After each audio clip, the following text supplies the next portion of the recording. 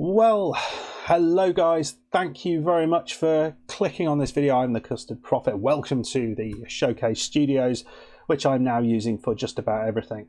So in today's video, I wanted to talk to you about the changes that I plan to make following on from all the lovely suggestions and hints and tips that you guys have left on the video I posted about a week or so ago. If you haven't watched that video, I'll try and leave a link to it down in the description below, and maybe you can have a watch and leave your own suggestions. But the meat of it was that I felt that my channel was kind of stagnating. It was kind of not going anywhere. I was getting reasonable views, I was getting reasonable interactions on the channel, but in terms of actual growth of the channel, it wasn't going anywhere. It was just flatlining.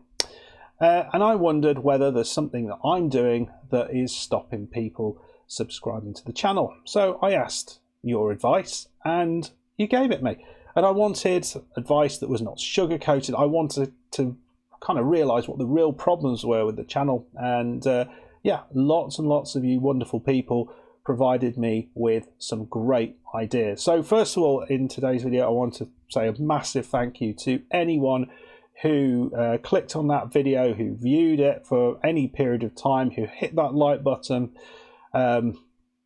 who shared it on social media. There was a few of you, and also who commented. There was it was a really well received video, and there was many people who took up who used their precious time, you know, for a period of that to comment on that video and look at my channel and make some time. So I want to say a massive thank you to everyone who did any of those things.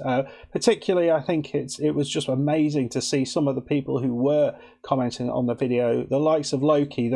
For Loki to take time out of his day to click on that video, watch it through, and actually have a look at my channel, I think is brilliant. I didn't ask him to do that. He did that all off his own back, and that's kind of the guy he is. And I have a huge amount of respect for Loki, and admiration for Loki, not just as a YouTube creator, but as a person. I think he's just a really decent bloke. Also, I mean, there was many other creators, the likes of Boo, the likes of Trek, who provided some really useful advice, and many other creators, and also a load of people who weren't creators, who just kind of viewed the content, which is really nice to see.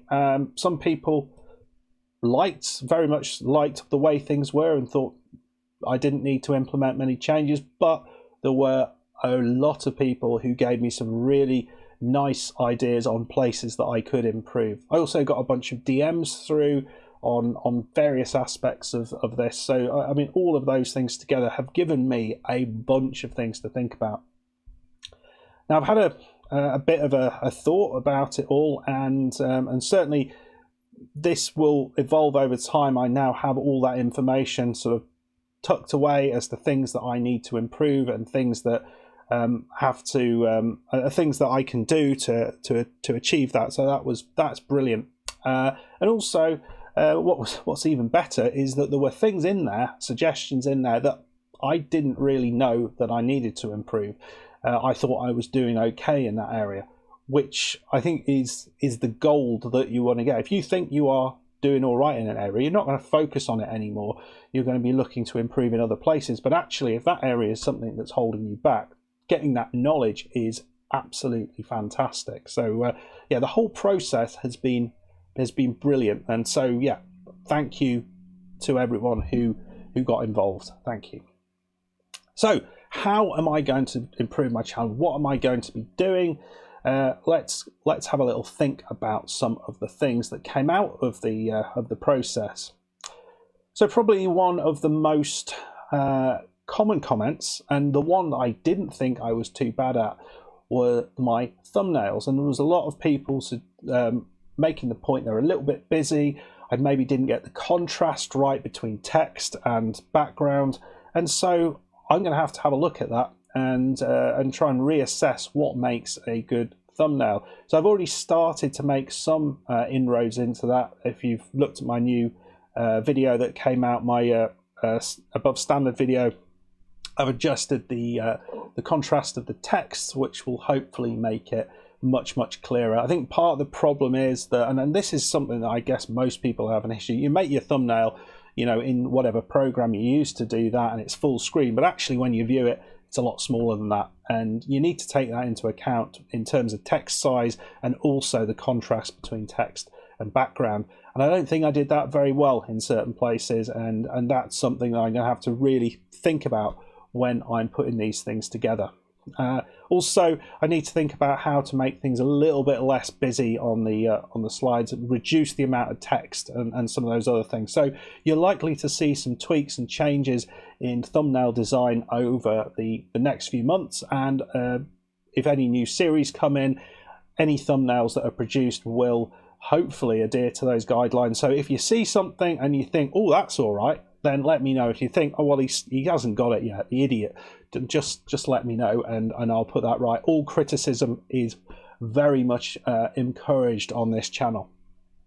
So thumbnails, definitely a big issue, and if I do the thumbnails better, it means I will get more people viewing my content, and that is not a bad thing. That's what I want. So getting those new viewers on into your channel. I didn't have any real criticisms about the way that I delivered the content. I think the majority of people were okay with that. There were some nice suggestions in terms of maybe breaking it up. And Kev, a big shout out to United City FM, who originally inspired me to do the video in the first place, who spent a lot of time looking through my content, and he provided a really in-depth analysis of the things that I could improve on, and I'm hugely appreciated. So thank you very much, Kev. One of the suggestions that he put forward relates to a lot of the things that the likes of Dr. Benji do and others, where you have multiple cameras and you sort of you're cutting between them, so it keeps the viewer engaged. Obviously, for the likes of us, we can't do that quite as easily because, well, we don't have thousands of cameras to do that with. So what Kev and Leodemus and others have done is to introduce transition breaks within the content. So you have kind of sections that you are going to be making your content in with a kind of transition break between them. So it kind of breaks it up and makes it better. So I'm currently in the process of making some of those transitions. And once they are to a level that I'm happy with, you might well be seeing them in the videos. I'm probably also going to be introducing those into some of the non-FM content as well, using the same style but kind of modifying them slightly, and I think that will make the whole experience feel a little bit more professional, a little bit better. So yeah, that's another area that I am looking to improve. Another comment that was in a few places was the need for some more evergreen content, and certainly when you look at the creators who've done very well recently, the likes of FM Stinger, the likes of FM Llama, and many others, Omega Luke, and a bunch of others, what they have done very effectively is to intersperse their saves with also with some evergreen content that will be viewed over time, rather than just individual saves that won't be. They'll be viewed as it's released and not really after that. So those are your sort of tactics videos, your guides, all that sort of stuff. And I've got a few of those on the channel, and yeah, completely agree. Those are the things that often do the best. Those are the things that I get the most views from over time. So we are going to be introducing a new series to the channel, which will be starting out next week. This is something, I have to say, something I had planned. So it's kind of nice that I put this video out and it's people in it are in agreement. So I'm not going to tell you about it, but there is a series of very short videos, so less than 5-minute videos, and they will be around understanding the game, but I'm not going to tell you what particular aspect just yet. You'll have to wait for it to come out. So that will be fun, and I'm taking on FM Stinger's idea of keeping the videos kind of short. So he found when he was early on that really helped him develop. So we'll be trying that and seeing if that makes a difference.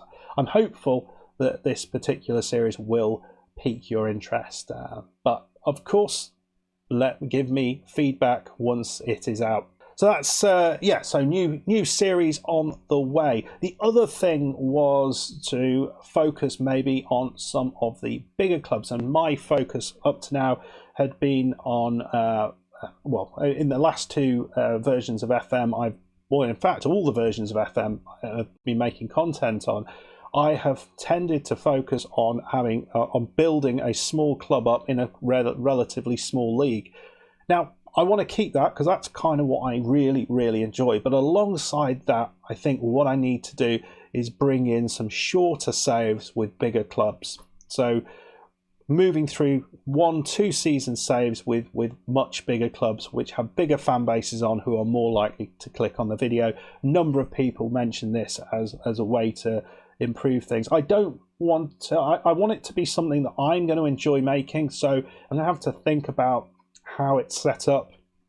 I might put a bit of a twist in, as Bood suggested, just to make it a little bit more interesting for me to do, rather than just a regular straightforward save with these clubs. I think to get the interest, I think there would need to be some kind of hook, and I need to think about what that might be. But expect to see those sort of things appearing in the not too distant future. We will be carrying on with the showcase. We'll be carrying on with many of the other saves, and also there will be non-FM content returning to the channel. I've got an idea what that's going to be. I think I've mentioned Frostpunk, and I think that's probably where I'm going to go with the next non-FM game. So that's probably going to be on again Sundays and another day in the week. In terms of scheduling, as things stand, it's going to look like this. We're going to have on Mondays, Wednesdays and Fridays the above standard save, so this is going to be the main save on the channel. Then on Tuesdays or Thursdays, I'm not sure which yet, we'll be having this new series, this kind of tips and tricks thing.